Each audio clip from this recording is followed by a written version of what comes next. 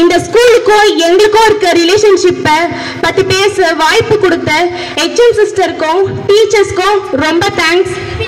நாங்கள் இவ்வளோ நாளாக இந்த ஸ்கூலில் ஒரு நல்ல ஸ்டூடெண்ட்டாகவும் எல்லா எக்ஸாம்லையும் நல்ல மார்க் வாங்குறதுக்கு எங்களுக்கு ஹெல்ப்ஃபுல்லாக இருந்த டீச்சர்ஸ்க்கும் சிஸ்டருக்கும் ரொம்ப தேங்க்ஸ்.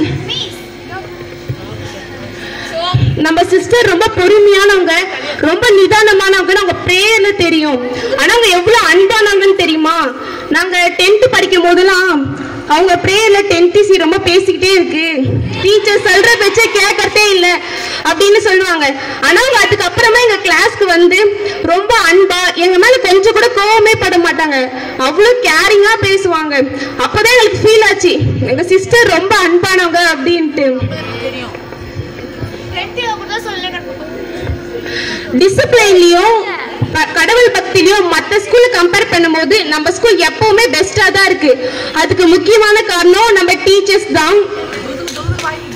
நம்ம டீச்சர்ஸ் எங்க மேல ரொம்ப கேரிங்கா மட்டும் இருக்கிறது இல்லாம படிப்புலயும் சரி ஹெல்த்லயும் சரி ரொம்ப முக்கியத்துவம் கொடுப்பாங்க.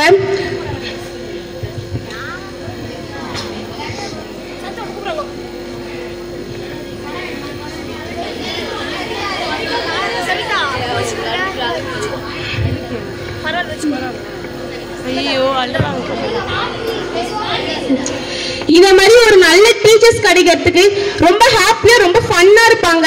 அவங்க மாதிரி ஒரு டீச்சர் கிடைக்க நாங்க ரொம்ப கொடுத்து வச்சிருக்கணும். நாங்க லைஃப்ல எவ்வளவு சாதிச்சாலும் எங்க டீச்சர்ஸ் மேல இருக்க மரியாதை எப்பவுமே குறையாது. 12th முடிச்சுட்டு போற ஒவ்வொரு ஸ்டூடெண்ட்டுக்கும் ரொம்ப ஃபீல் பண்ற ரொம்ப கஷ்டப்படுற ஒரு ரிலேஷன்ஷிப்னா அது நம்ம ஃப்ரெண்ட்ஷிப் தான். ஒரு அழகான இரவுல இருக்க நிலா மாதிரி நம்ம ஹெச்எம் சிஸ்டர்னா, அங்க இருக்க நட்சத்திரங்கள் நம்ம டீச்சர்ஸ்னா, நம்ம ஃப்ரெண்ட்ஷிப் அந்த வான மாதிரி. சயின்டிஸ்ட்ல ஒண்ணு சேர்ந்தா கூட அந்த வானத்தோட அளவை அளந்துருவாங்க போல. ஆனா நம்ம ஃப்ரெண்ட்ஸ் கிட்ட கதை பேச ஆரம்பிச்சா அந்த அளவை யாராலையும் அளக்க முடியாது. ஏன்னா அது அவ்வளவு பெருசு. என்னோட இந்த ஸ்பீச் ஒரு சின்ன கவிதையில பினிஷ் பண்ணிக்கிறேன். இதழ்கள் சிந்திய புன்னகையையும் இமைகள் ஏந்திய கண்ணீரையும் இதுவரை பரிமாறிக்கொண்டும் இனி இந்த வாழ்வில் சந்திப்போம் மீண்டும் ஒரு முறை. தேங்க்யூ.